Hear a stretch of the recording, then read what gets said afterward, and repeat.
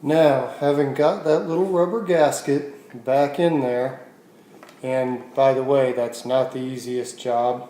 You've got to use your fingernails and kind of poke it in kind of carefully.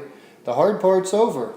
All you have to do is set this back down in there, make sure that you get your holes lined back up, put the keeper back in,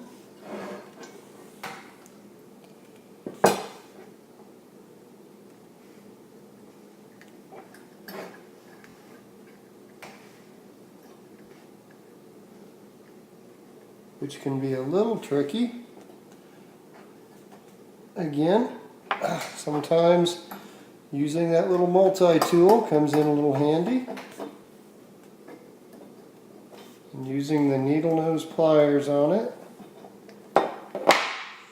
Got that back in, and presto changeo. You've got a new stove for all intents and purposes, because what kills the pressure is this tiny little rubber gasket here, and when it's new, everything else is a piece of cake. Thanks for watching.